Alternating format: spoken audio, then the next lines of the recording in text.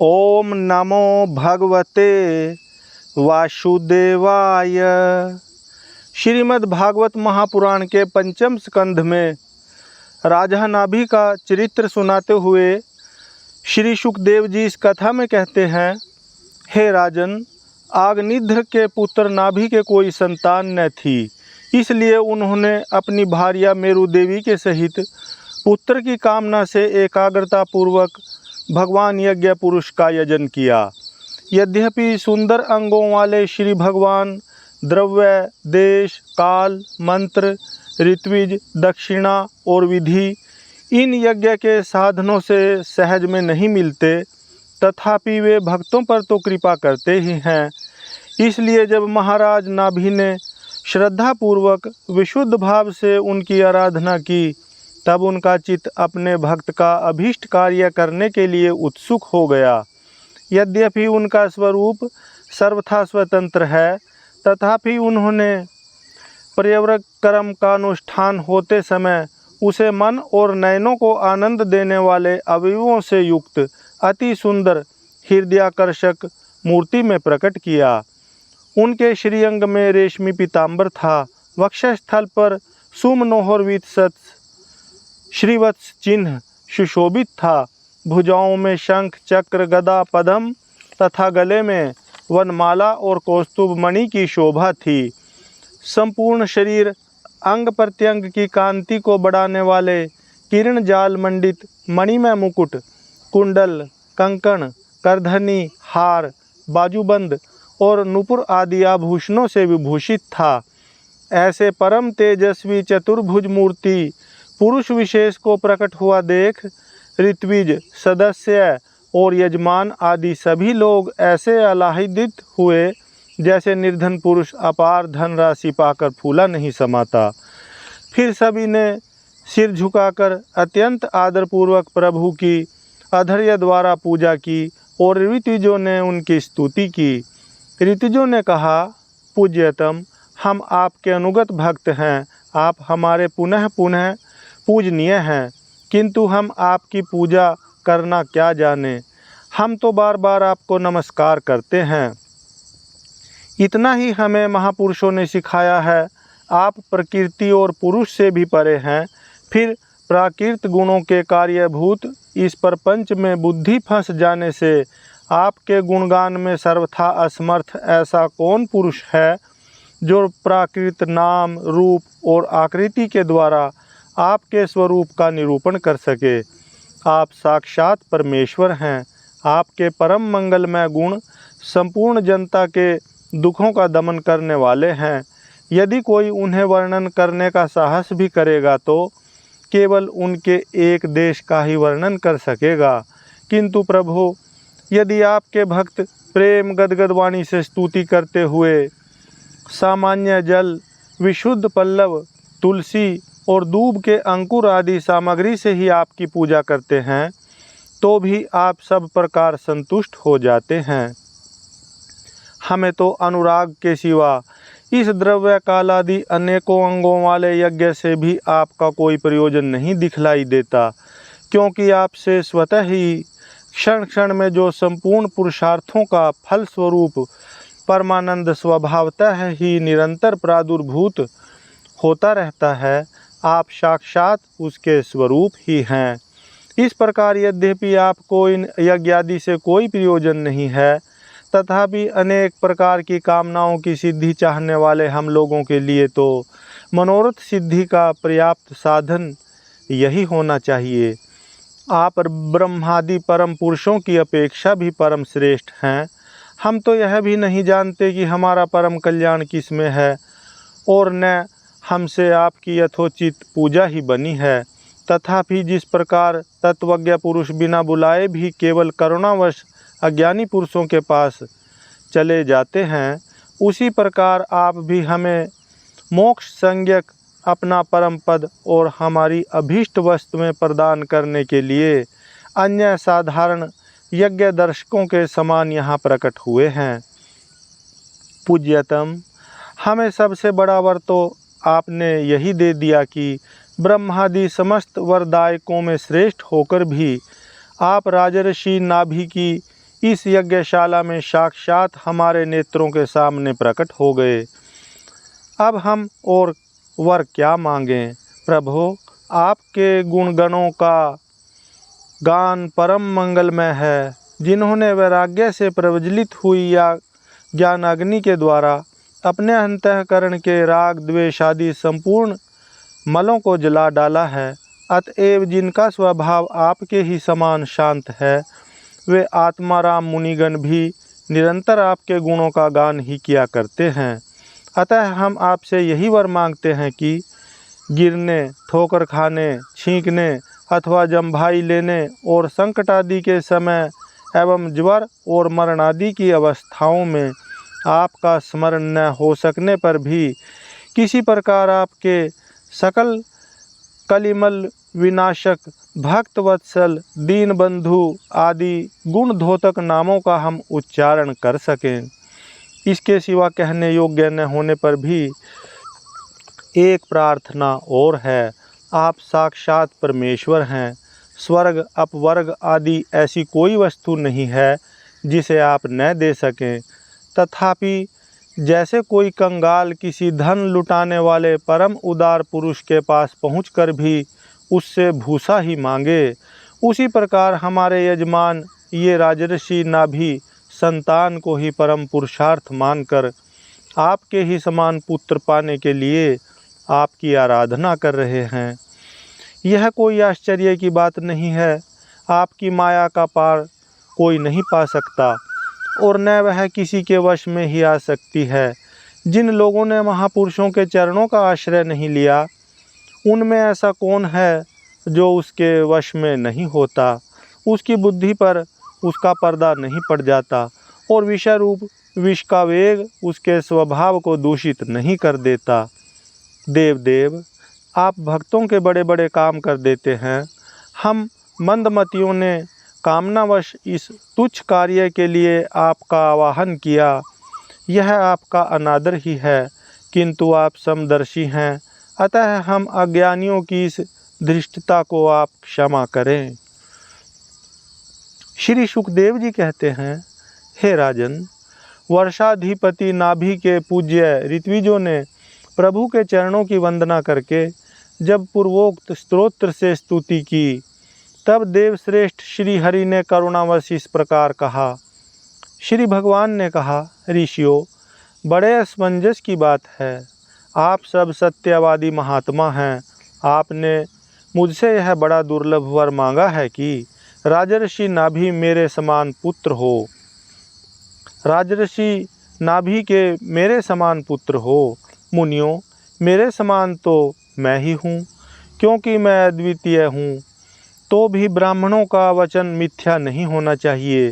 द्विज कुल मेरा ही तो मुख है, इसलिए मैं स्वयं ही अपनी अंश कला से अग्निध्रनंदन नाभि के यहाँ अवतार लूँगा, क्योंकि अपने समान मुझे कोई और दिखाई नहीं देता। श्री सुखदेव जी कहते हैं, महारानी मेरु देवी के सुनते हुए उसके पति से इस प्रकार कहकर भगवान अंतर्धान हो गए। विष्णुदत्त परीक्षित, उस यज्ञ में महर्षियों द्वारा इस प्रकार प्रसन्न किए जाने पर श्री भगवान महाराज नाभि का प्रिय करने के लिए उनके रनिवास में महारानी मेरु देवी के गर्भ से दिगंबर सन्यासी और उधर्वरेता मुनियों का धर्म प्रकट करने के लिए शुद्ध सत्व में विग्रह से प्रकट हुए। इससे आगे की कथा में ऋषभ देव जी का राज्य शासन, इस कथा को सुनाते हुए श्री सुखदेव जी कहते हैं, राजन, नाभि नंदन के अंग जन्म से ही भगवान विष्णु के वज्र अंकुश आदि चिन्हों से युक्त थे। समता, शांति, वैराग्य और ऐश्वर्य आदि महाविभूतियों के कारण उनका प्रभाव दिनों दिन बढ़ता जाता था। यह देखकर मंत्री आदि प्रकृति वर्ग, प्रजा, ब्राह्मण और देवताओं की यह उत्कट अभिलाषा होने लगी कि ये ही पृथ्वी का शासन करें। उनके सुंदर और सुडोल शरीर, विपुल कीर्ति, तेज, बल, ऐश्वर्य, यश, पराक्रम और शूरवीरता आदि गुणों के कारण महाराज नाभि ने उनका नाम ऋषभ यानी श्रेष्ठ रखा। एक बार भगवान इंद्र ने ईर्ष्यावश उनके राज्य में वर्षा नहीं की। तब योगेश्वर भगवान ऋषभ ने इंद्र की मूर्खता पर हंसते हुए अपनी योग माया के प्रभाव से अपने वर्ष अजनाब खंड में खूब जल बरसाया। महाराज नाभि अपनी इच्छा के अनुसार श्रेष्ठ पुत्र पाकर अत्यंत आनंद मग्न हो गए और अपनी ही इच्छा से मनुष्य शरीर धारण करने वाले पुराण पुरुष श्री हरि का सप्रेम लालन करते हुए उन्हीं के लीला विलास से मुग्ध होकर वत्स तात ऐसा गदगद वाणी से कहते हुए बड़ा सुख मानने लगे। जब उन्होंने देखा कि मंत्रिमंडल, नागरिक और राष्ट्र की जनता ऋषभदेव से बहुत प्रेम करती है, तो उन्होंने उन्हें धर्म मर्यादा की रक्षा के लिए राज्याभिषिक्त करके ब्राह्मणों की देखरेख में छोड़ दिया। आप अपनी पत्नी मेरु देवी के सहित बद्रिकाश्रम को चले गए। वहाँ अहिंसा वृत्ति से, जिससे किसी को उद्वेग न हो, ऐसी कौशलपूर्ण तपस्या और समाधि योग के द्वारा भगवान वासुदेव के नर नारायण रूप की आराधना करते हुए समय आने पर उन्हीं के स्वरूप में लीन हो गए। पांडुनंदन, राजा नाभि के विषय में यह लोकोक्ति प्रसिद्ध है। राजर्षि नाभि के उदार कर्मों का आचरण दूसरा कौन पुरुष कर सकता है, जिनके शुद्ध कर्मों से संतुष्ट होकर साक्षात श्री हरि उनके पुत्र हो गए थे। महाराज नाभि के समान ब्राह्मण भक्त भी कौन हो सकता है, जिनकी दक्षिणादि से संतुष्ट हुए ब्राह्मणों ने अपने मंत्र बल से उन्हें यज्ञशाला में साक्षात श्री विष्णु भगवान के दर्शन करा दिए। भगवान ऋषभदेव ने अपने देश अजनाब खंड को कर्म भूमि मानकर लोक संग्रह के लिए कुछ काल गुरुकुल में वास किया। गुरुदेव की यथोचित दक्षिणा देकर गृहस्थ में प्रवेश करने के लिए उनकी आज्ञा ली। फिर लोगों को गृहस्थ धर्म की शिक्षा देने के लिए देवराज इंद्र की दी हुई उनकी कन्या जयंती से विवाह किया तथा श्रोत्र स्मार्थ दोनों प्रकार के शास्त्रोपदिष्ट कर्मों का आचरण करते हुए उसके गर्भ से अपने ही समान गुण वाले 100 पुत्र उत्पन्न किए। उनमें महायोगी भरत जी सबसे बड़े और सबसे अधिक गुणवान थे। उन्हीं के नाम से लोग इस अजनाब खंड को भारतवर्ष कहने लगे। उनसे छोटे कुशावृत, इलावृत, ब्रह्मव्रत, मल्य, केतु, भद्रसेन, इद्रस्पृक, विदर्भ और किकट, ये 9 राजकुमार शेष 90 भाइयों से बड़े एवं श्रेष्ठ थे।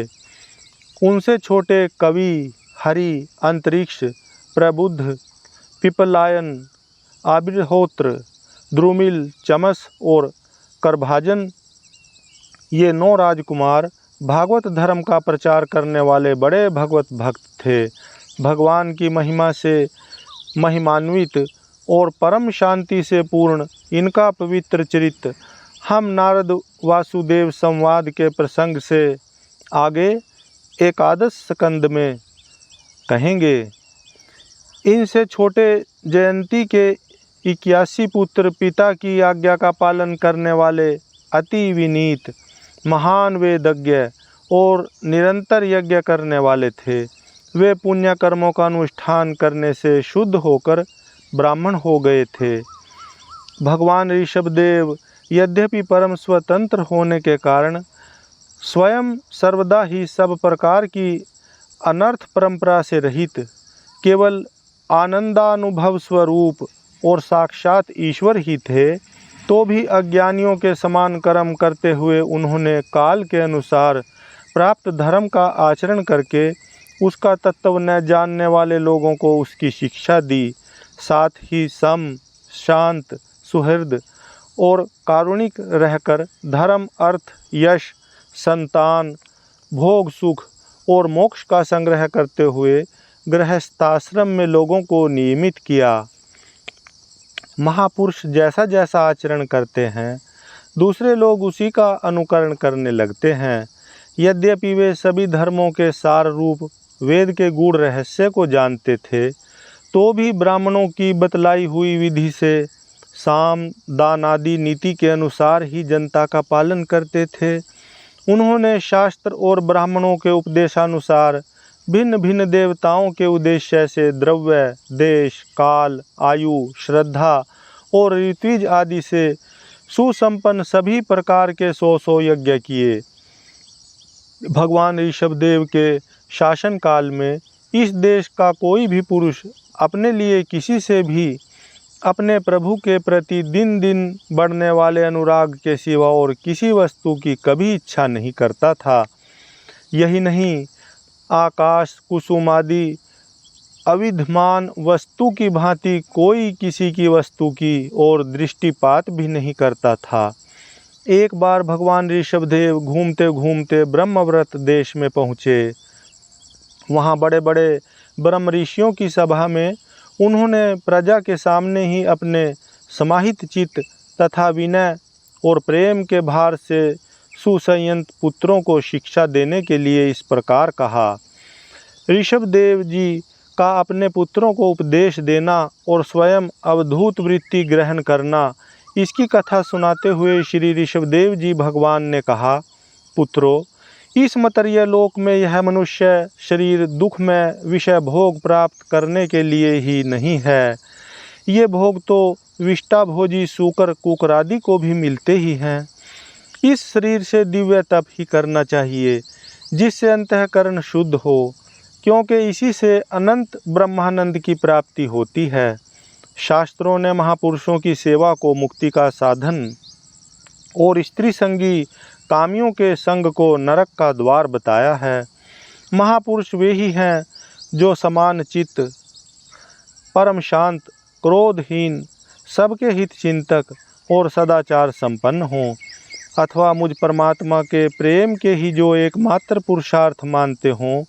केवल विषयों की ही चर्चा करने वाले लोगों में तथा स्त्री पुत्र और धन आदि सामग्रियों से संपन्न घरों में जिनकी अरुचि हो, और जो लौकिक कार्यों में केवल शरीर निर्वाह के लिए ही प्रवृत्त होते हों, परंतु अवश्य प्रमादवश कुकर्म करने लगता है, उसकी यह प्रवृत्ति इंद्रियों को तृप्त करने के लिए ही होती है। मैं इसे अच्छा नहीं समझता, क्योंकि इसी के कारण आत्मा को यह असत और दुखदायक शरीर प्राप्त होता है। जब तक जीव को आत्म तत्व की जिज्ञासा नहीं होती, तभी तक अज्ञानवश देहादि के द्वारा उसका स्वरूप छिपा रहता है। जब तक यह लौकिक वैदिक कर्मों में फंसा रहता है, तब तक मन के कर्म की वासनाएं भी बनी ही रहती हैं, और इन्हीं से देह बंधन की प्राप्ति होती है। इस प्रकार अविद्या के द्वारा आत्म स्वरूप के ढक जाने से कर्म वासनाओं के वशीभूत हुआ चित्त मनुष्य को फिर कर्मों में ही प्रवृत्त करता है। अतः जब तक उसको मुझ वासुदेव में प्रीति नहीं होती, तब तक वह देह बंधन से छूट नहीं सकता।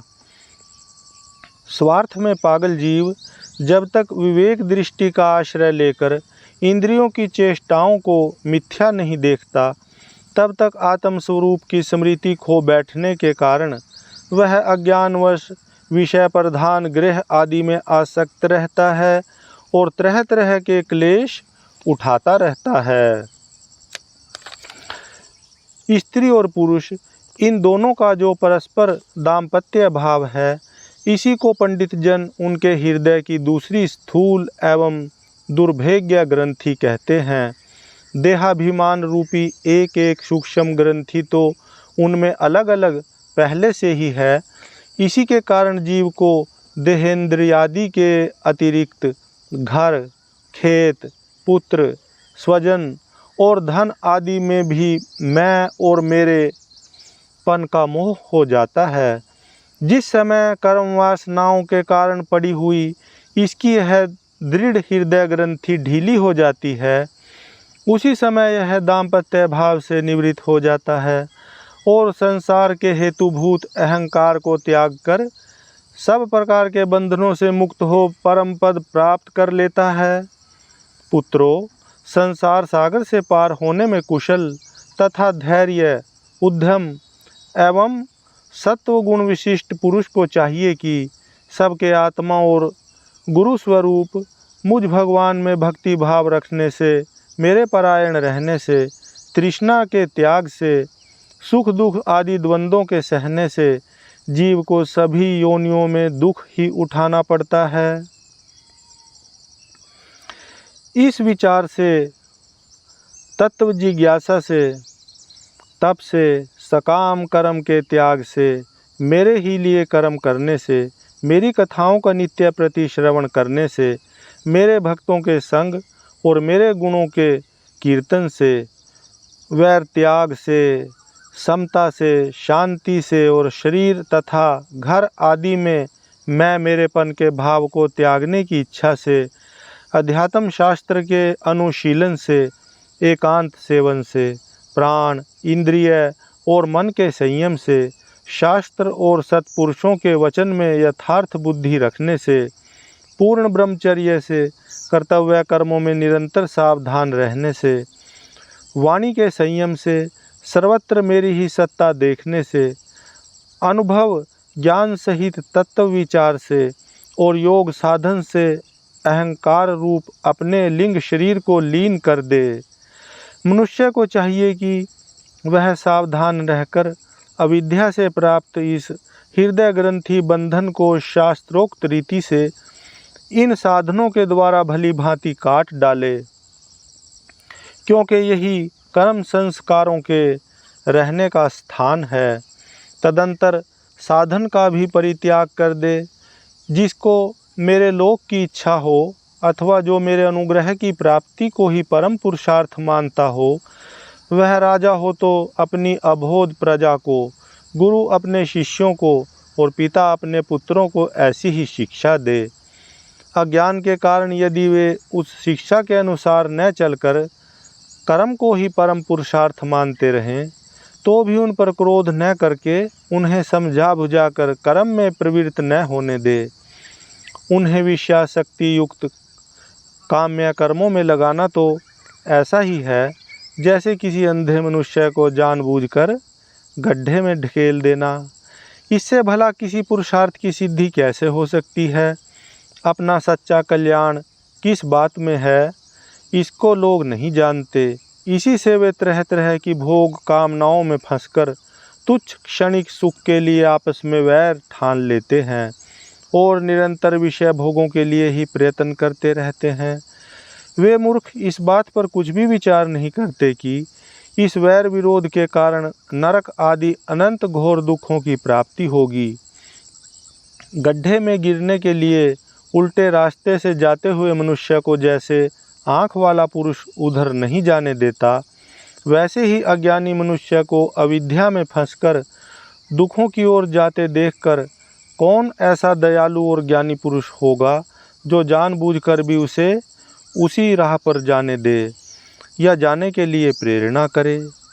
जो अपने प्रिय संबंधी को भगवत भक्ति का उपदेश देकर मृत्यु की फांसी से नहीं छुड़ाता, वह गुरु गुरु नहीं है, स्वजन स्वजन नहीं है, पिता पिता नहीं है, माता माता नहीं है, इष्ट देव नहीं है और पति पति नहीं है।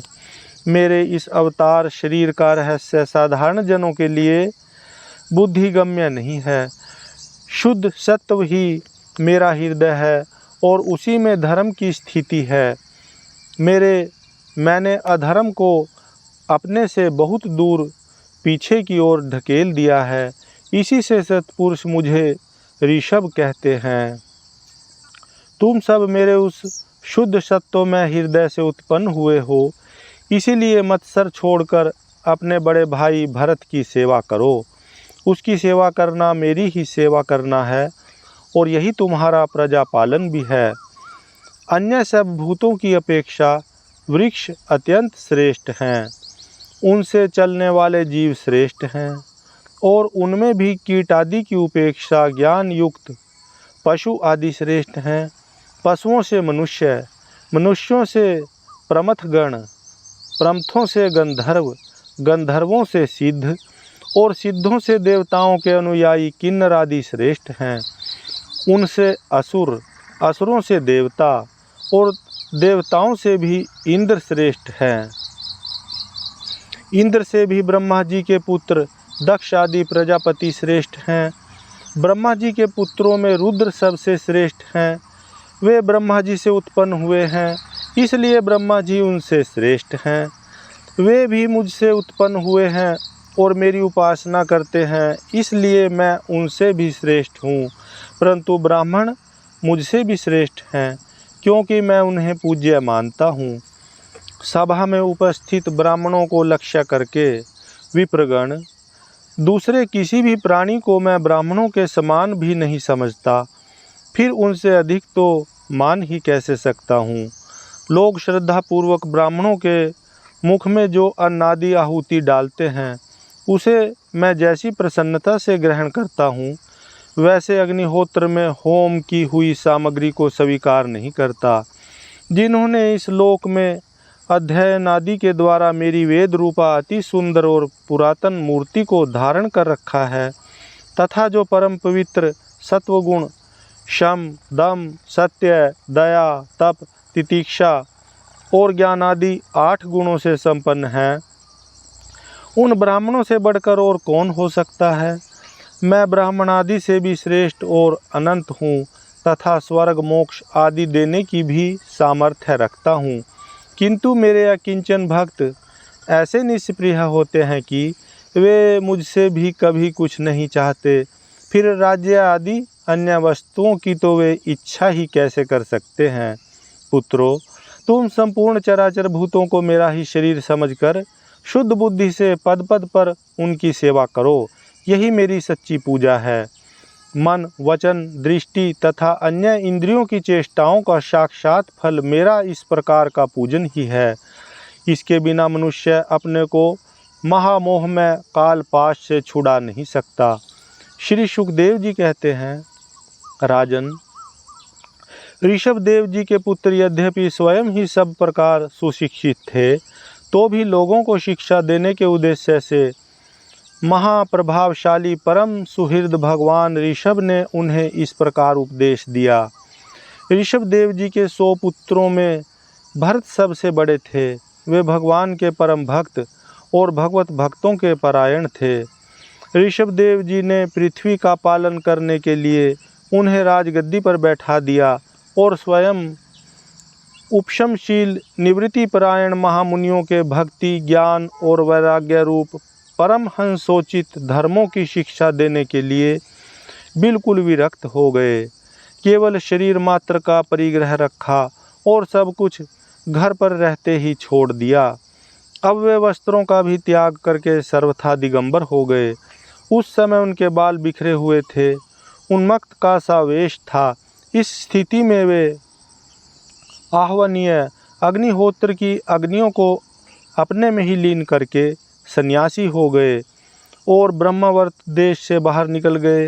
वे सर्वथा मौन हो गए थे, कोई बात करना चाहता तो बोलते नहीं थे। जड़, अंधे, बहरे, गूंगे, पिशाच और पागलों की सी चेष्टा करते हुए वे अवधूत बने जहाँ तहाँ विचरने लगे। कभी नगरों और गांवों में चले जाते तो कभी खानों किसानों की बस्तियों में, बगीचों, पहाड़ी गांवों, सेना की छावनियों, गौशालाओं, अहीरों की बस्तियों और यात्रियों के टिकने के स्थानों में रहते। कभी पहाड़ों, जंगलों और आश्रमों आदि में विचरते। वे किसी भी रास्ते से निकलते तो जिस प्रकार वन में विचरने वाले हाथी को मक्खियाँ सताती हैं, उसी प्रकार मूर्ख और दुष्ट लोग उनके पीछे हो जाते और उन्हें तंग करते। कोई धमकी देते, कोई मारते, कोई पेशाब कर देते, कोई थूक देते, कोई ढेला मारते, कोई विष्ठा और धूल फेंकते, कोई अधोवायु छोड़ते और कोई खोटी खरी सुनाकर उनका तिरस्कार करते। किंतु वे इन सब बातों पर जरा भी ध्यान नहीं देते। इसका कारण यह था कि भ्रम से सत्य कहे जाने वाले इस मिथ्या शरीर में उनकी अहमता ममता तनिक भी नहीं थी। वे कार्य कारण रूप संपूर्ण प्रपंच के साक्षी होकर अपने परमात्म स्वरूप में ही स्थित थे, इसलिए अखंड चित्तवृत्ति से अकेले ही पृथ्वी पर विचरते रहते थे। यद्यपि उनके हाथ, पैर, छाती, लंबी लंबी बाहें, कंधे, गले और मुख आदि अंगों की बनावट बड़ी ही सुकुमार थी, उनका स्वभाव से ही सुंदर मुख स्वाभाविक मधुर मुस्कान से और भी मनोहर जान पड़ता था। नेत्र नवीन कमल दल के समान बड़े ही सुहावने, विशाल एवं कुछ लाली लिए हुए थे। उनकी पुतलियां शीतल एवं संताप हरिणी थी। उन नेत्रों के कारण वे बड़े मनोहर जान पड़ते थे। कपोल, कान और नासिका छोटे बड़े न होकर समान एवं सुंदर थे तथा उनके अस्फुट हास्य युक्त मनोहर मुखारविंद की शोभा को देखकर पूर्व नारियों के चित्त में कामदेव का संचार हो जाता था। तथापि उनके मुख के आगे जो भूरे रंग की लंबी लंबी घुंघराली लटें लटकी हुई रहती थीं, उनके महान भार और अवधूतों के समान धूली धूसरी देह के कारण वे ग्रहग्रस्त मनुष्यों के समान जान पड़ते थे। जब भगवान ऋषभदेव ने देखा कि यह जनता योग साधन में विघ्न रूप है और इससे बचने का उपाय विभत्स वृत्ति से रहना ही है, तब उन्होंने अजगर वृत्ति धारण कर ली। वे लेटे ही लेटे खाने पीने, चबाने और मलमूत्र त्याग करने लगे। वे अपने त्यागे हुए मल में लौट लौट कर शरीर को उससे सान लेते, किंतु उनके मल में दुर्गंध नहीं थी, बड़ी सुगंध थी और वायु सुगंध को लेकर उनके चारों ओर 10 योजन तक सारे देश को सुगंधित कर देती थी। इसी प्रकार गौ, मृग और काक आदि की वृत्तियों को स्वीकार कर वे उन्हीं के समान कभी चलते हुए, कभी खड़े खड़े, कभी बैठे हुए और कभी लेटे लेटे ही खाने पीने और मलमूत्र का त्याग करने लगते थे। परीक्षित, परमहंसों को त्याग के आदर्श की शिक्षा देने के लिए इस प्रकार मोक्षपति भगवान ऋषभदेव ने कई तरह की योगचर्याओं का आचरण किया। वे निरंतर सर्वश्रेष्ठ महान आनंद का अनुभव करते रहते थे। उनकी दृष्टि में निरुपाधिक रूप से संपूर्ण प्राणियों के आत्मा अपने आत्म स्वरूप भगवान वासुदेव से किसी प्रकार का भेद नहीं था। इसलिए उनके सभी पुरुषार्थ पूर्ण हो चुके थे। उनके पास आकाश गमन, मनोजवित्य, मन की गति के समान ही शरीर का भी इच्छा करते ही सर्वत्र पहुंच जाना, अंतर्धान होना, पर काय प्रवेश, दूसरों के शरीर में प्रवेश करना, दूर की बातें सुन लेना और दूर के दृश्य देख लेना आदि सब प्रकार की सिद्धियां अपने आप ही सेवा करने को आईं, परंतु उन्होंने उनका मन से आदर या ग्रहण नहीं किया। इससे आगे की कथा में श्री ऋषभदेव जी का देह त्याग, इस कथा को सुनते हुए राजा परीक्षित ने पूछा, भगवान, योग रूप वायु से प्रज्वलित हुई ज्ञानाग्नि से जिनके राग आदि कर्म बीज दग्ध हो गए हैं, उन आत्मराम मुनियों को दैववश यदि स्वयं ही अणिमादि सिद्धियां प्राप्त हो जाएं, तो वे उनके राग द्वेष आदि क्लेशों का कारण तो किसी प्रकार हो नहीं सकती। फिर भगवान ऋषभ ने उन्हें स्वीकार क्यों नहीं किया? श्री सुखदेव जी ने कहा, तुम्हारा कहना ठीक है, किंतु संसार में जैसे चालाक व्याग अपने पकड़े हुए मृग का विश्वास नहीं करते, उसी प्रकार बुद्धिमान लोग इस चंचल चित्त का भरोसा नहीं करते। ऐसा ही कहा भी है, इस चंचल चित्त से कभी मैत्री नहीं करनी चाहिए। इसमें विश्वास करने से ही मोहिनी रूप में फंसकर महादेव जी का चिरकाल का संचित तप क्षीण हो गया था। जैसे व्यभिचारिणी स्त्री जार पुरुषों को अवकाश देकर उनके द्वारा अपने में विश्वास रखने वाले पति का वध करा देती है, उसी प्रकार जो योगी मन पर विश्वास करते हैं, उनका मन काम और उनके साथी क्रोधादि शत्रुओं को आक्रमण करने का अवसर देकर उन्हें नष्ट भ्रष्ट कर देता है। काम, क्रोध, मद लोभ, मोह और भय आदि शत्रुओं का तथा कर्म बंधन का मूल तो यह मन ही है। इस पर कोई भी बुद्धिमान कैसे विश्वास कर सकता है। इसी से भगवान ऋषभदेव यद्यपि इंद्र आदि सभी लोकपालों के भी भूषण स्वरूप थे, तो भी वे जड़ पुरुषों की भांति अवधूतों के से विविध वेश, भाषा और आचरण से अपने ईश्वरीय प्रभाव को छिपाए रहते थे।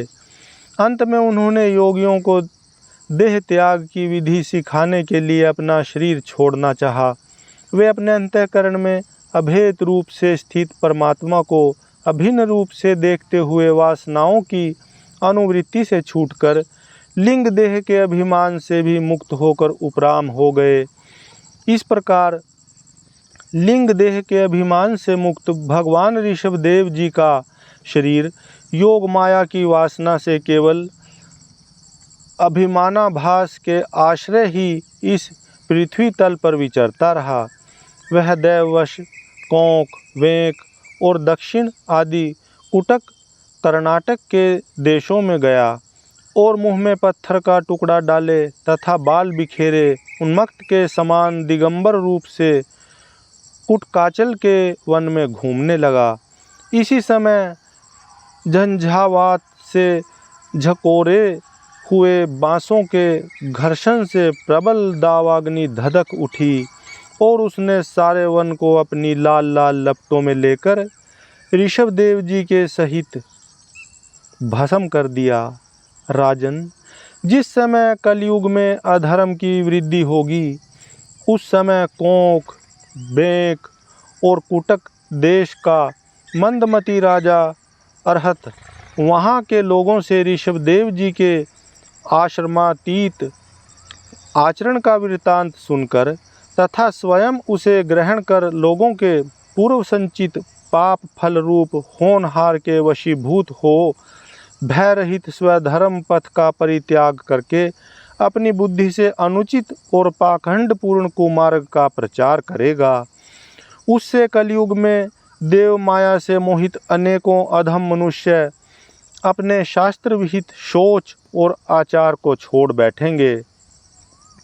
अधर्म बहुल कलयुग के प्रभाव से बुद्धिहीन हो जाने के कारण वे स्नान न करना, आचमन न करना, अशुद्ध रहना, केश नुचवाना आदि ईश्वर का तिरस्कार करने वाले पाखंड धर्मों को मनमाने ढंग से स्वीकार करेंगे और प्रायः वेद, ब्राह्मण एवं भगवान यज्ञ पुरुष की निंदा करने लगेंगे। वे अपनी इस नवीन अवैदिक स्वेच्छाकृत प्रवृत्ति में अंध परंपरा से विश्वास करके मतवाले रहने के कारण स्वयं ही घोर नरक में गिरेंगे।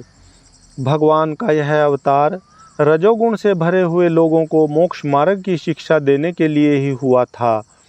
इसके गुणों का वर्णन करते हुए लोग इन वाक्यों को कहा करते हैं, अहो 7 समुद्रों वाली पृथ्वी के समस्त द्वीप और वर्षों में यह भारतवर्ष बड़ी ही पुण्य भूमि है, क्योंकि यहाँ के लोग श्री हरि के मंगलमय अवतार चरित्रों का गान करते हैं। अहो महाराज प्रियव्रत का वंश बड़ा ही उज्जवल एवं सुयशपूर्ण है, जिसमें पुराण पुरुष श्री आदि नारायण ने ऋषभावतार लेकर मोक्ष की प्राप्ति कराने वाले पारमहंस्य धर्म का आचरण किया। अहो इन जन्म रहित भगवान ऋषभदेव के मार्ग पर कोई दूसरा योगी मन से भी कैसे चल सकता है, क्योंकि योगी लोग जिन योग सिद्धियों के लिए लालायित होकर निरंतर प्रयत्न करते रहते हैं, उन्हें इन्होंने अपने आप प्राप्त होने पर भी असत समझकर त्याग दिया था। राजन, इस प्रकार संपूर्ण वेद, लोक, देवता, ब्राह्मण और गौओं के परम गुरु भगवान ऋषभदेव का यह विशुद्ध चरित्र मैंने तुम्हें सुनाया। यह मनुष्यों के समस्त पापों को हरने वाला है। जो मनुष्य इस परम मंगलमय पवित्र चरित्र को एकाग्र चित्त से श्रद्धापूर्वक निरंतर सुनते या सुनाते हैं, उन दोनों की ही भगवान वासुदेव में अनन्य भक्ति हो जाती है। तरह तरह के पापों से पूर्ण, सांसारिक तापों से अत्यंत तपे हुए, अपने अंतःकरण को पंडित जन इस भक्ति सरिता में ही नित्य निरंतर नहलाते रहते हैं। इससे उन्हें जो परम शांति मिलती है वह इतनी आनंदमयी होती है कि फिर वे लोग उसके सामने अपने ही आप प्राप्त हुए मोक्ष रूप परम पुरुषार्थ का भी आदर नहीं करते। भगवान के निज जन हो जाने से ही उनके समस्त पुरुषार्थ सिद्ध हो जाते हैं। राजन, भगवान कृष्ण स्वयं पांडव लोगों के और यदुवंशियों के रक्षक, गुरु, इष्ट देव, सुहृद और कुलपति थे। यहाँ तक कि वे कभी कभी आज्ञाकारी सेवक भी बन जाते थे।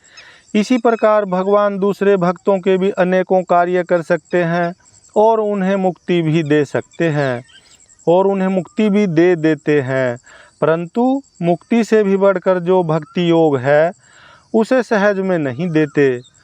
निरंतर विषय भोगों की अभिलाषा करने के कारण अपने वास्तविक श्रेय से चिरकाल तक बेसुध हुए लोगों को जिन्होंने करुणावश निर्भय आत्मलोक का उपदेश दिया और जो स्वयं निरंतर अनुभव होने वाले आत्म स्वरूप की प्राप्ति से सब प्रकार की तृष्णाओं से मुक्त थे, उन भगवान ऋषभदेव को नमस्कार है।